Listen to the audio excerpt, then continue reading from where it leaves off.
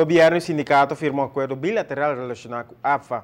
A horta enfocar turno no fundo de pensão de empregado público para executar esse aí.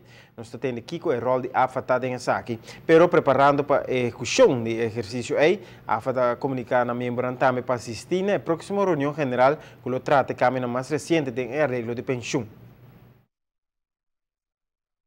Promeco presupuesto supletório 2014 passa staten, Parlamento a aprovar para o governo depositar 670 milhões florim em APFA para garantizar uma cobertura de 100% do futuro para a pensão de empregado público. Até agora que nós estamos bezig ainda, está mirando a parte de execução de elaboração com o acordo assim. Maneira tudo esse acordo bilateral, o acordo será entre o governo e o sindicato e a nossa executar a pensão.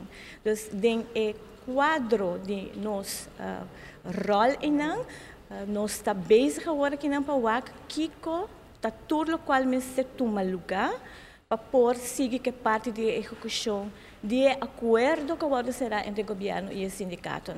Ainda afano por ampliar a situação aqui.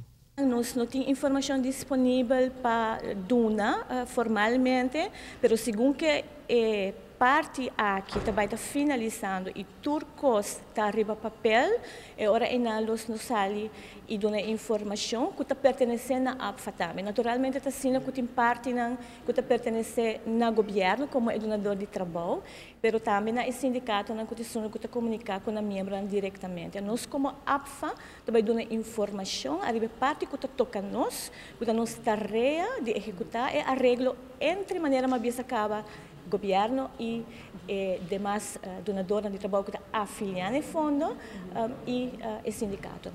Pero adicional na essa aqui, a APFA está preparando uma reunião general para membros para atender algum tópico importante relacionado com 2014.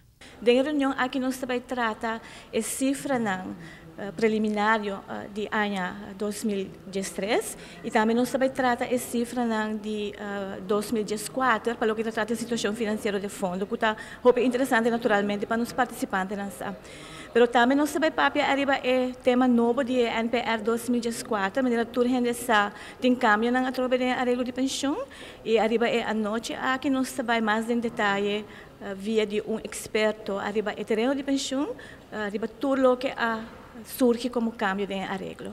Para Notícia e Noite, Emily Hudson.